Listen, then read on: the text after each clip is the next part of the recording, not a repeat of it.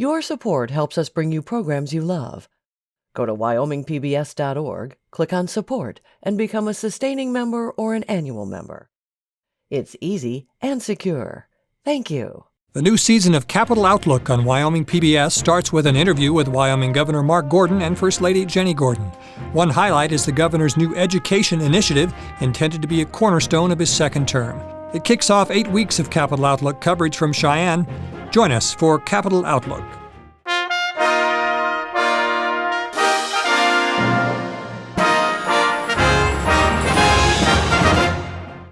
This program is supported in part by a grant from the BNSF Railway Foundation, dedicated to improving the general welfare and quality of life in communities throughout the BNSF Railway service area. Proud to support Wyoming PBS.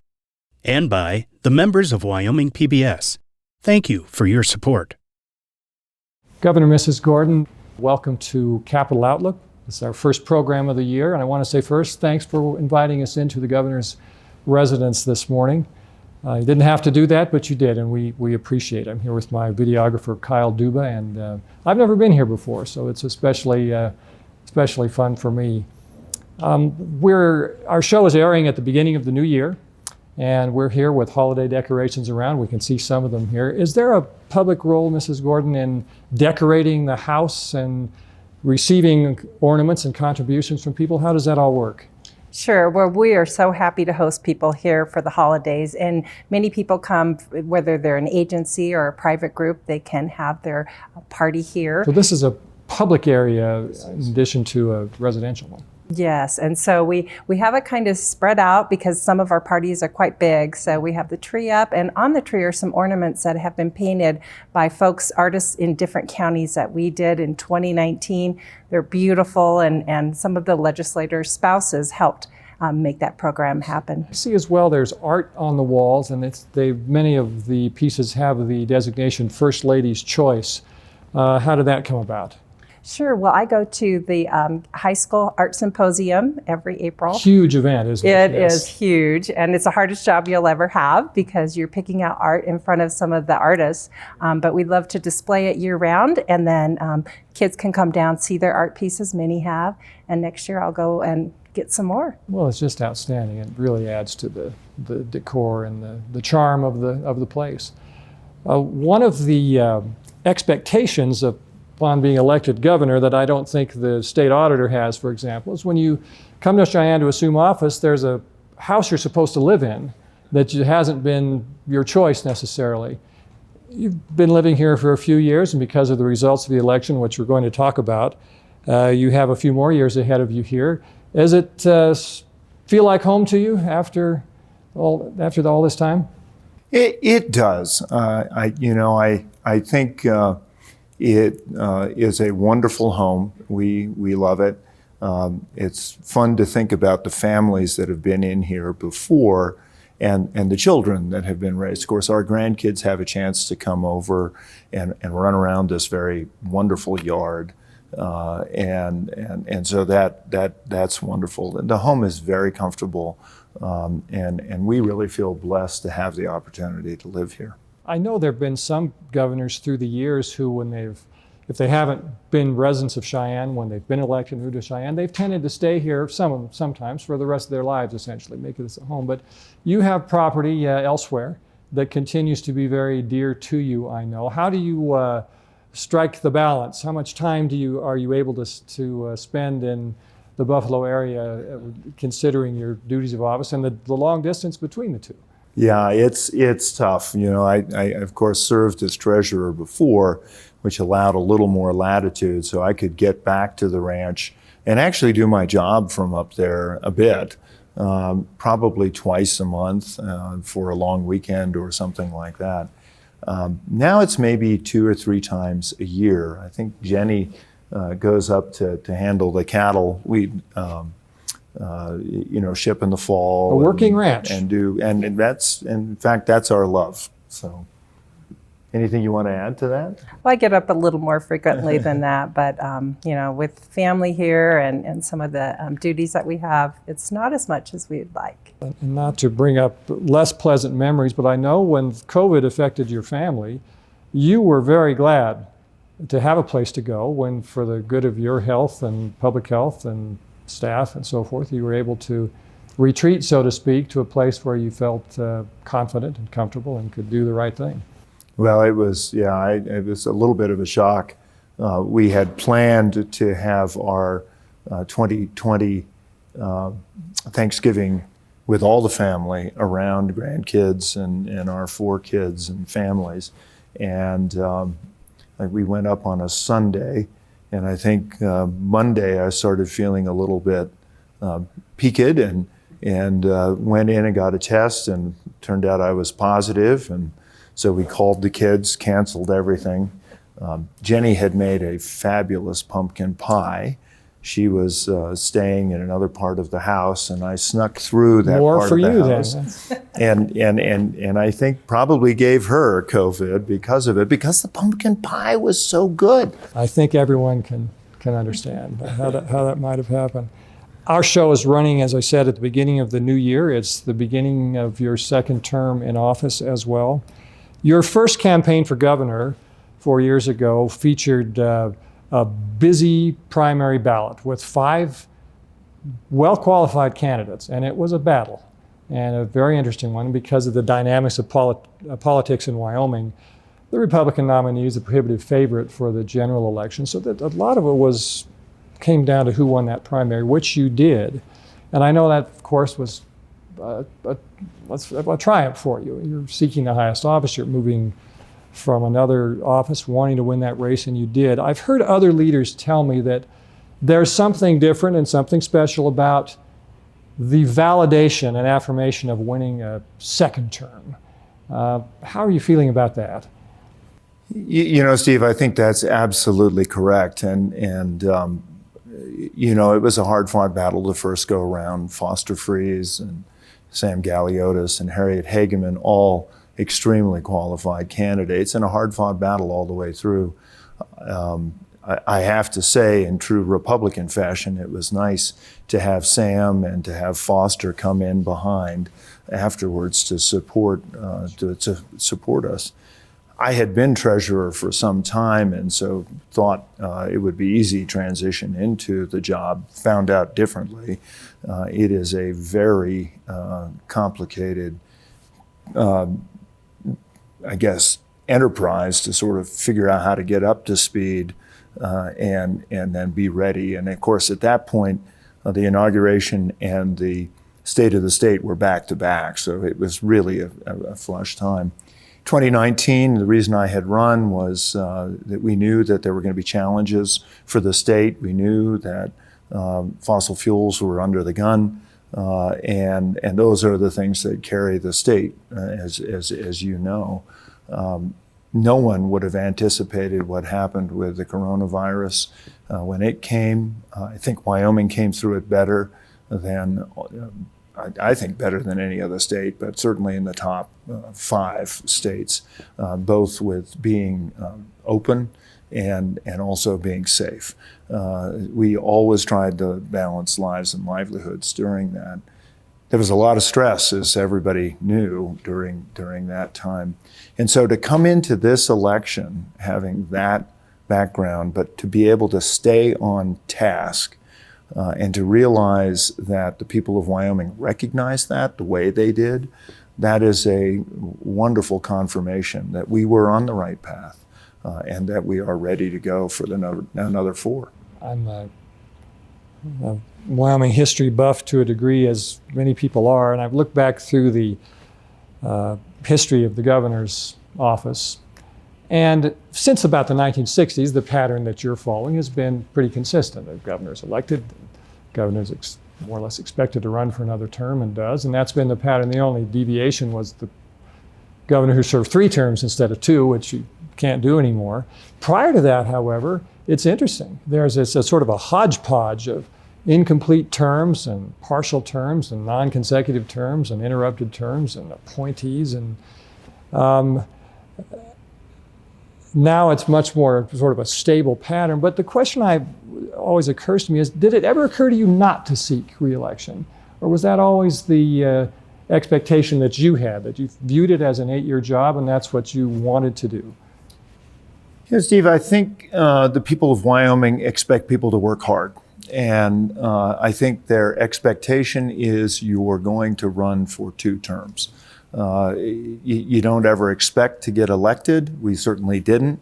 But we felt that our job was to be prepared to try to make a difference over at least 4 years, but certainly prepared to lead into another 4 years beyond that. You touched on this a little bit, just there is some transition time between general election and the time that you took office 4 years ago. Probably didn't seem like enough for you. I spoke to the superintendent of public instruction who was appointed and had to start the job essentially the following week, and he didn't get any of this orientation time that you'd get between filing and the primary and the general, and then the sort of training period. So I'm assuming that, is it safe to say of course you feel it's more of a continuation, obviously, as opposed to cranking up the new machine. What expectations in general do you find yourself having for the second term? I'm sure it's a combination of new things and continuation of others. Yeah, I think a couple of things that flavor the way these next 4 years look to us. One is that that period during the pandemic was really a pause on a lot of things that we had hoped to get started. I am thrilled, as I mentioned a little bit earlier, that this year our economic diversity index was higher than it has been in the state for a very long time, showing that we have diversified our economy. We need to continue with that. The work that I had anticipated to really talk about how do we make education work better in Wyoming, and the way I say that is that we wanted to make sure that parents, communities were involved in the decisions about how education should be delivered in Wyoming. We wanted to make it the best system for Wyoming. And so looking really from pre-K all the way through post-secondary and aligning our efforts in education so that they made sense across that continuum is something that we're really looking forward to. It wasn't always true necessarily, was it? There were sort of, I don't want to necessarily say competitions, but there wasn't a unification between the second grader and the community college freshman, for example. No, there wasn't. And I think, over the last few years, we've seen some great examples where there is some alignment. Sheridan, for instance, has some real alignment that makes a lot of sense. We sent out our RIDE questionnaire and we got 7,000 respondents showing that people, mostly parents, were quite interested in what the shape of education should look like. And it's fun to really look now back at the coherence of the answers. Our teachers have too many things they have to teach. They're teaching more to formulas than they are really being able to concentrate on the student. These are the things that teachers like to do, is to teach to a student. And so really thinking about how we can align our state's efforts to better leverage what teachers can teach and do is really going to be a great thing. And then, of course, I think the other thing that has been really a long time labor of mine, even as treasurer, I kept working on how do we make sure that Wyoming is a leader in energy. We've always been a leader in energy, but energy is transitioning. Wyoming's always going to be an energy source for the rest of the country. But how can we capitalize on all of the above? How can we make sure that we're a leader on carbon capture and sequestration? We know we have great wind. We know we have great solar. Now we have nuclear, quite a potential for geothermal. So Wyoming, again, can be an incredible leader, not only in energy, but also in the environmental front. So these are all things I'm looking forward to. Yeah, the energy question that you raise, or the issue that you raise, it's very interesting to me as well. We talk about diversification in Wyoming for years. It's been going on for generation or more. One thing that occurred to me is that energy itself in Wyoming is a diversified industry. Coal is not oil, and oil is not uranium, and uranium is not, and I mean minerals, not just energy, but uranium isn't bentonite, isn't trona, isn't wind or solar. And so there, although it is diversification away from a minerals sector is vital, and everybody I think understands that, but within the minerals and energy industry itself, there is diversification, promise, and different areas of emphasis that can be productive, I'm sure. Yeah, I think for me, Steve, I think one of the great things that we can focus on is how do we keep our legacy industries still strong and vibrant? They have a very important role to play in attending to climate change. We can do a better job of capturing the carbon. We can put it geologically in the ground. We can do a better job of managing our forests and also sequester carbon, be able to integrate maybe some of the biomass with coal. So these are easy technologies that we can begin. But to your point, we have diversified. We've diversified across wind and solar.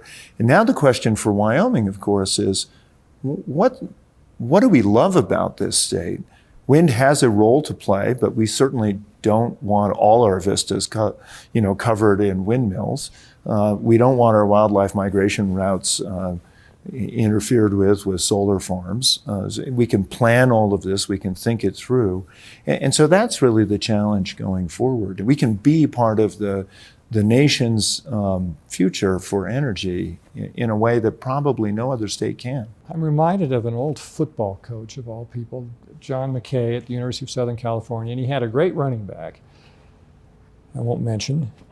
And they just come out of a game, and the kid had carried the ball 50 times. And they asked the coach, are you worried about overusing? He said, I've got the horse and I'm going to ride it.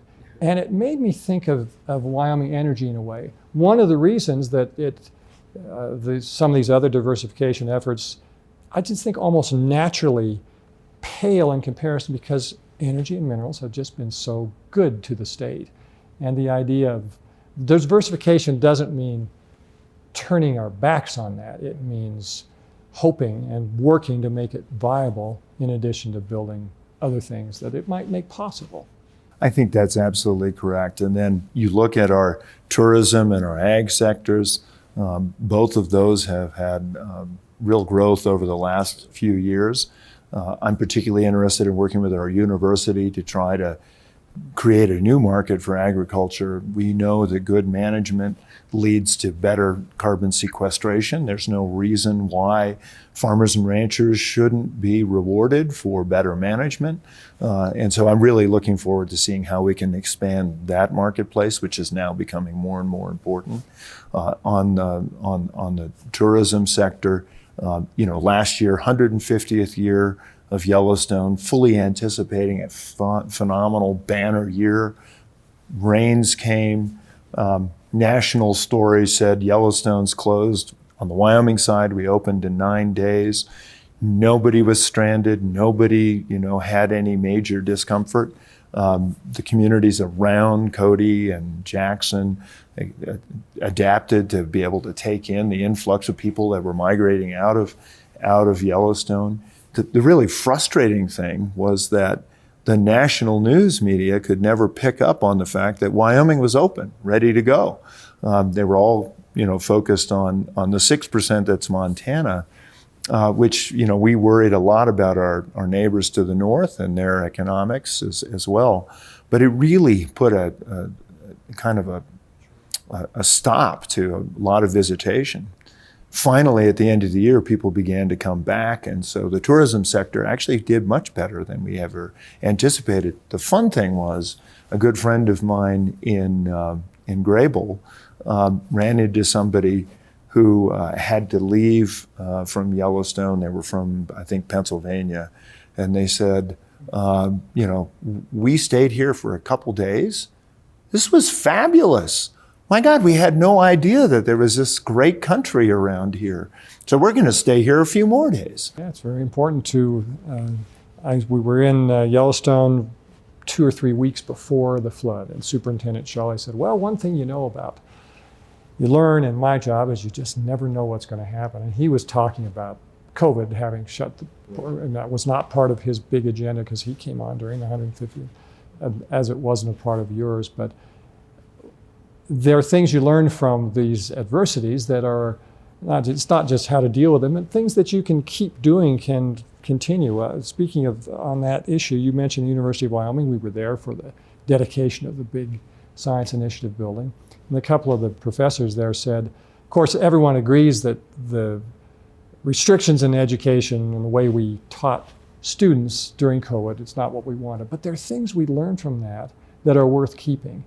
And I hear you say that you learn from these adversities, and it's not all just, oh, let's put it completely behind us. It's let's learn from it, go forward. Oh no, absolutely. I think on a ranch, you never know what's going to happen. You might get a blizzard.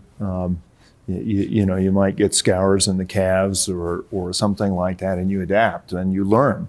In fact, I think Jenny pushed very hard for a different type of management during calving, and it's reduced our scours because of the response. And so I think for us, a couple of things that came out of that I'm really encouraged about when you think about this with regard to post-secondary education. And when I talk about that, it's not just higher education, it's also career and technical education. We've really established a great platform for technological sharing in classrooms that are now designed to be able to incorporate classrooms from all of our community colleges with a professor perhaps at UW or a professor at Northwest that might be teaching engineering to a student at Western. These are now possible to do, and so for Wyoming, I think our ability to be nimble, to meet the needs of a changing workforce, to be able to anticipate the needs of industry, we're in a unique role and capacity, I guess, to be able to meet those needs. Mrs. Gordon, one of your landmark achievements in the first term was the Wyoming Hunger Initiative, which you launched and have led and has been, I think, judged a success in many, many ways. How did the pandemic affect that? I'm sure it made, I suspect it might have made the priority seem even stronger to you. How have you come out of that in the initiative, and what are you looking to in the next 4 years with that? Well, you're absolutely correct. The pandemic just, exacerbated the food insecurity in our state. There were folks who didn't know, they'd never used a pantry or food bank before, and they were having to access it because of the way, things shut down in the economy initially. And since then, we've seen that it sort of rebounded. But now we're, with the economy, the inflation rate going higher, people are really suffering again. So we have increased need in the food banks and the pantries, and decreased donations because everyone is in the same boat, struggling a little bit. So as we look forward to the future, we really want to support. The Hunger Initiative actually supports all of the agencies in all 23 counties in any capacity. Whatever they're doing, we want to support them. They are the boots on the ground. So we don't reinvent the wheel. And so we anticipate that this initiative really does need to continue on past this administration. So we'll be spinning it off into its own 501c3 and be able to support these agencies well into the future. It's something you want to continue when you aren't First Lady anymore. That's part of the idea. I was in Laramie speaking to the person there who has coordinated that great downtown redevelopment effort that they've done and has succeeded, is succeeding. And I asked her, what's the minimum thing you wanted one of these businesses to do? Thinking that she would say something like, well, make sure you all paint your doorway the same way. But she said no, and it reminded me of what you said in using all the agencies. She said, the one thing I required was, tell me what you want us to do for you.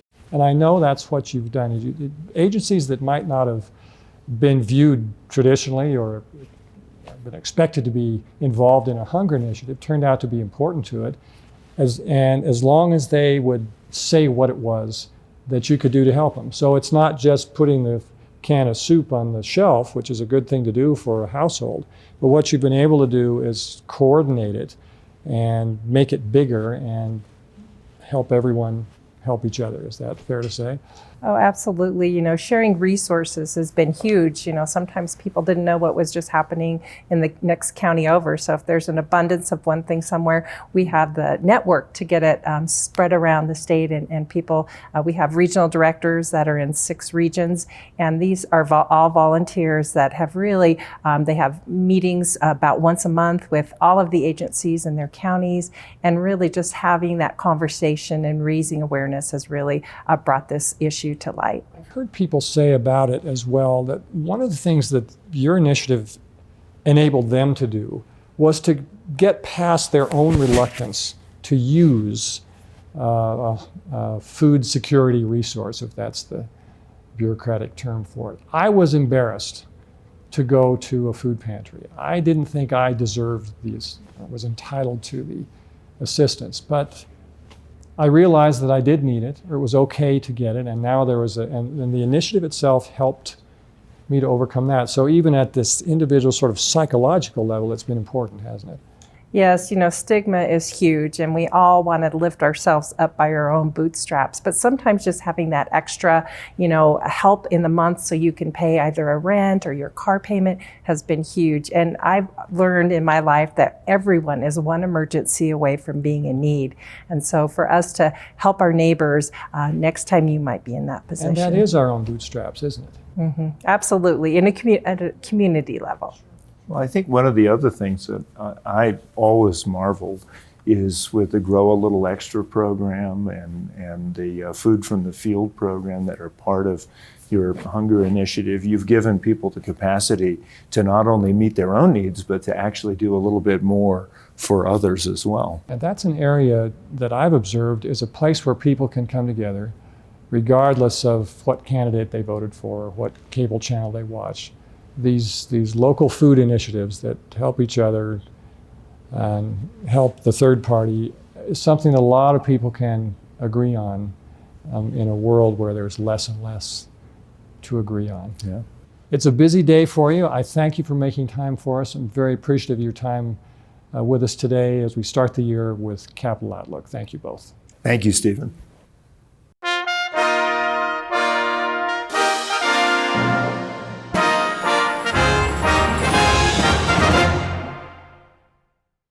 This program is supported in part by a grant from the BNSF Railway Foundation, dedicated to improving the general welfare and quality of life in communities throughout the BNSF Railway service area. Proud to support Wyoming PBS. And by the members of Wyoming PBS. Thank you for your support.